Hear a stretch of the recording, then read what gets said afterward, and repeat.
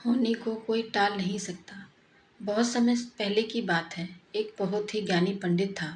वह अपने एक बचपन के घनिष्ठ मित्र से मिलने के लिए किसी दूसरे गांव जा रहा था, जो कि बचपन से ही गूंगा व एक पैर से अपाहिज था। उसका गांव काफ़ी दूर था और रास्ते में कई और छोटे छोटे गांव भी पड़ते थे। पंडित अपनी धुन में चला जा रहा था कि रास्ते में उसे एक आदमी मिल गया, जो दिखने में बड़ा ही हष्टपुष्ट था। वह भी पंडित के साथ ही चलने लगा। पंडित ने सोचा कि चलो अच्छा ही है, साथ साथ चलने से रास्ता जल्दी कट जाएगा। पंडित ने उस आदमी से उसका नाम पूछा और उस आदमी ने अपना नाम महाकाल बताया। पंडित को यह नाम बड़ा बड़ा अजीब लगा, लेकिन उसने उसके नाम के विषय में और कुछ पूछना उचित नहीं समझा। दोनों धीरे धीरे चलते रहे। तभी रास्ते में एक गांव आया। महाकाल ने पंडित से कहा, तुम आगे चलो, मुझे इस गांव में एक संदेशा देना है। मैं तुमसे आगे मिलता हूँ। ठीक है कहकर पंडित अपनी धुन में चलता रहा। तभी एक भैंसे ने एक आदमी को मार दिया और जैसे ही भैंसे ने आदमी को मारा, लगभग तुरंत ही महाकाल वापस पंडित के पास पहुंच गया। चलते चलते दोनों एक दूसरे गांव के बाहर पहुंचे, जहां एक छोटा सा मंदिर था। ठहरने की व्यवस्था ठीक लग रही थी और क्योंकि पंडित के मित्र का गांव अभी काफी दूर था, साथ ही रात्रि होने वाली थी, सो पंडित ने कहा, रात्रि होने वाली है, पूरा दिन चले हैं, थकावट भी बहुत हो चुकी है, इसलिए आज की रात हम इसी मंदिर में रुक जाते हैं। भूख भी लगी है और भोजन भी कर लेते हैं और थोड़ा विश्राम करके सुबह फिर से प्रस्थान करेंगे। महाकाल ने जवाब दिया, ठीक है, लेकिन मुझे इस गांव में किसी को कुछ सामान देना है और मैं देकर आता हूँ। तब तक तुम भोजन कर लो, मैं बाद में खा लूँगा। और इतना कहकर वह चला गया।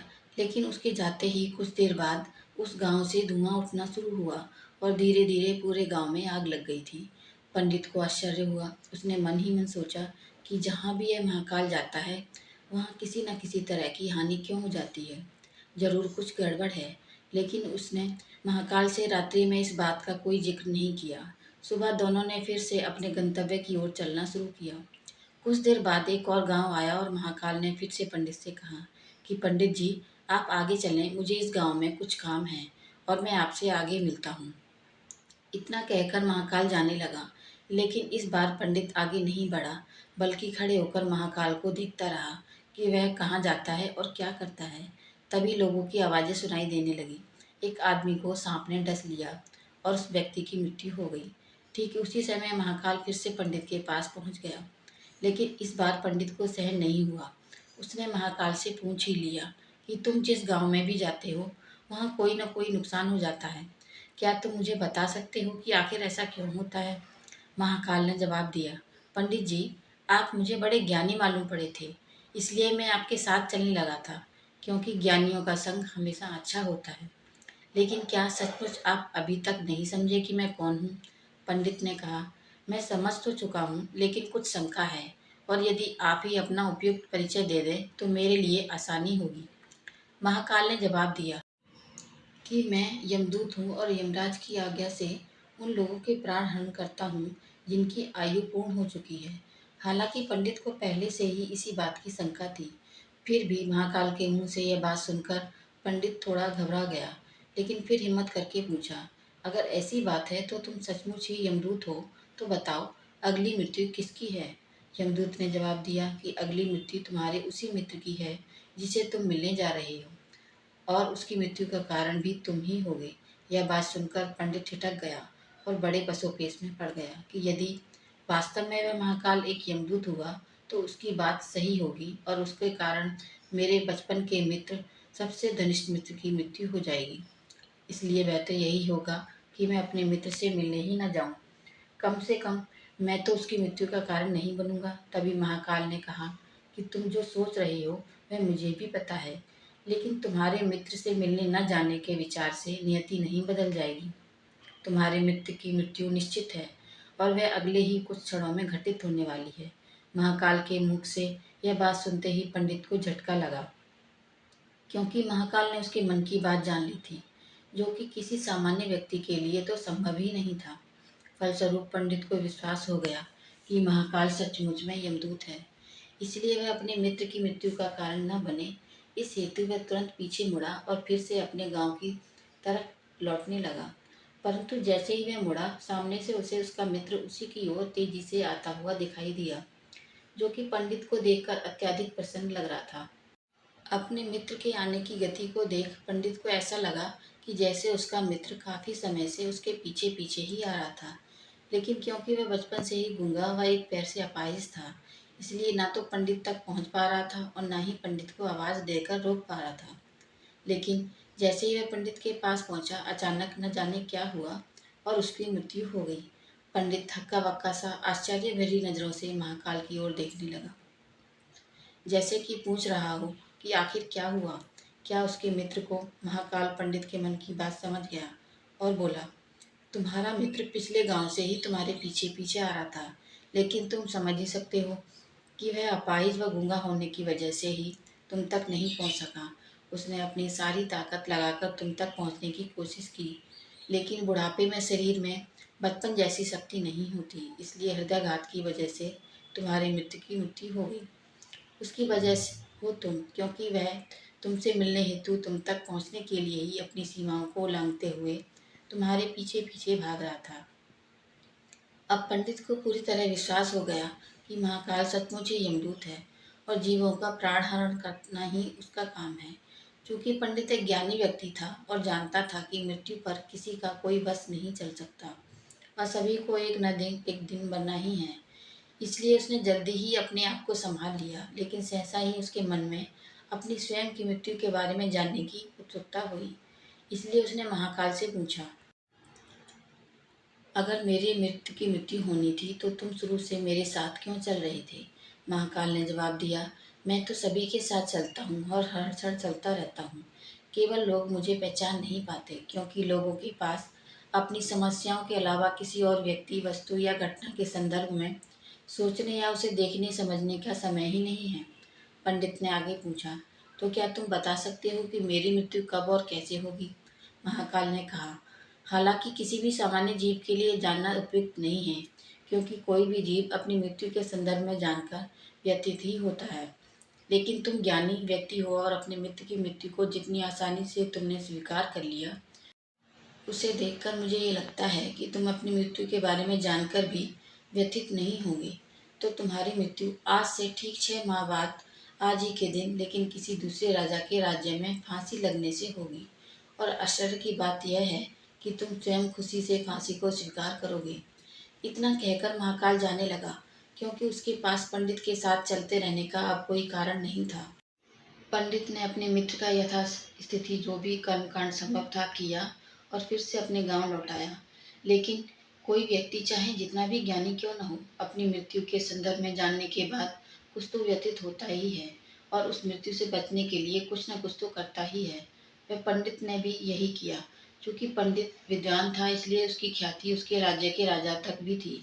उसने सोचा कि राजा के पास तो ज्ञानी मंत्री होते हैं और वह उसकी इस मृत्यु से संबंधित समस्या का भी कोई न कोई समाधान तो निकाल ही देंगे। इसलिए वह पंडित राजा के दरबार में पहुंचा और राजा को सारी बात बताई। राजा ने पंडित की समस्या को अपने मंत्रियों के साथ बांटा और उनसे सलाह मांगी। अंत में सभी की सलाह से यह तय हुआ कि पंडित की बात सही है तो जरूर उसकी मृत्यु 6 महीने बाद होगी। लेकिन मृत्यु तब होगी जबकि वह किसी दूसरे राज्य में जाएगा। यदि वह किसी दूसरे राज्य में जाए ही नहीं तो मृत्यु नहीं होगी। यह सलाह राजा को भी उपयुक्त लगी, तो उसने पंडित के लिए महल में ही रहने हेतु उपयुक्त व्यवस्था करवा दी। अब राजा की आज्ञा के बिना कोई भी व्यक्ति उस पंडित से नहीं मिल सकता था, लेकिन स्वयं पंडित कहीं भी आ जा सकता था, ताकि उसे यह न लगे कि वह राजा की कैद में है। हालांकि वह स्वयं ही डर के मारे कहीं आता जाता नहीं था। धीरे धीरे पंडित की मृत्यु का समय नजदीक आने लगा और आखिर वह दिन भी आ गया जब पंडित की मृत्यु होनी थी। तो जिस दिन पंडित की मृत्यु होनी थी, उससे पिछली रात पंडित डर के मारे जल्दी ही सो गया, ताकि जल्दी से जल्दी वह दिन रात और अगला दिन बीत जाए और उसकी मृत्यु टल जाए। लेकिन स्वयं पंडित को नींद में चलने की बीमारी थी और वह इस बीमारी के बारे में स्वयं भी नहीं जानता था। इसलिए राजा या किसी और से इस बीमारी का जिक्र करने अथवा किसी चिकित्सक से इस बीमारी का इलाज करवाने का तो प्रश्न ही नहीं था। चूंकि पंडित अपनी मृत्यु को लेकर बहुत चिंतित था और नींद में चलने की बीमारी का दौरा अक्सर तभी पड़ता है जब ठीक से नींद नहीं आ रही होती है। तो उसी रात पंडित को नींद में चलने का दौरा पड़ा। वह उठा और राजा के महल से निकलकर अस्तबल में आ गया। चूँकि वह राजा का खास मेहमान था, इसलिए किसी भी पहरेदार ने उसे न तो रोका न किसी तरह की पूछताछ की। अस्तबल में पहुंचकर वह सबसे तेज दौड़ने वाले घोड़े पर सवार होकर नींद की बेहोशी में ही राज्य की सीमा से बाहर दूसरे राज्य की सीमा में चला गया। इतना ही नहीं, वह दूसरे राज्य के राजा के महल में पहुंच गया और संयोग से हुआ यह कि महल में भी किसी ने पहरेदार ने उसे नहीं रोका, न ही कोई पूछताछ की, क्योंकि सभी लोग रात की अंतिम पहर की गहरी नींद में थे। वह पंडित सीधे राजा के शयन कक्ष में पहुंच गया। रानी के एक ओर उस राज्य का राजा सो रहा था, दूसरी ओर स्वयं पंडित जाकर लेट गया। सुबह हुई तो राजा ने पंडित को रानी की बगल में सोया हुआ देखा। राजा बहुत क्रोधित हुआ। पंडित को गिरफ्तार कर लिया गया। पंडित को तो समझ में ही नहीं आ रहा था कि यह आखिर दूसरे राज्य में और सीधे राजा के शयन कक्ष में कैसे पहुंच गया, लेकिन वहां उसकी सुनने वाला कौन था। राजा ने पंडित को राज दरबार में हाजिर करने का हुक्म दिया। कुछ समय बाद राजा का दरबार लगा, जहाँ राजा ने पंडित को देखा और देखते ही इतना क्रोधित हुआ कि पंडित को फांसी पर चढ़ा देने के लिए फरमान सुना दिया। फांसी की सजा सुनकर पंडित कांप गया। फिर भी हिम्मत करके उसने राजा से कहा कि महाराज, मैं नहीं जानता कि मैं इस राज्य में कैसे पहुंचा। मैं यह भी नहीं जानता कि मैं आपके शयन कक्ष में कैसे आ गया और आपके राज्य में किसी भी पहरेदार ने मुझे रोका क्यों नहीं। लेकिन मैं इतना जानता हूँ कि आज मेरी मृत्यु होनी थी और होने जा रही है। राजा को यह बात थोड़ी अटपटी लगी। उसने पूछा, तुम्हें कैसे पता कि आज तुम्हारी मृत्यु होनी थी? कहना क्या चाहते हो तुम? राजा के सवाल के जवाब में पंडित से पिछली 6 महीनों की पूरी कहानी बता दी और कहा कि महाराज, मेरा क्या, किसी भी सामान्य व्यक्ति का इतना साहस कैसे हो सकता है कि वह राजा की उपस्थिति में राजा के ही कक्ष में रानी के बगल में सो जाए। यह तो सरासर आत्महत्या होगी और मैं दूसरे राज्य से इस राज्य में आत्महत्या करने क्यों आऊँगा। राजा को पंडित की बात थोड़ी उपयुक्त लगी, लेकिन राजा ने सोचा कि शायद यह पंडित मृत्यु से बचने के लिए ही महाकाल और अपनी मृत्यु की भविष्यवाणी का बहाना बना रहा है।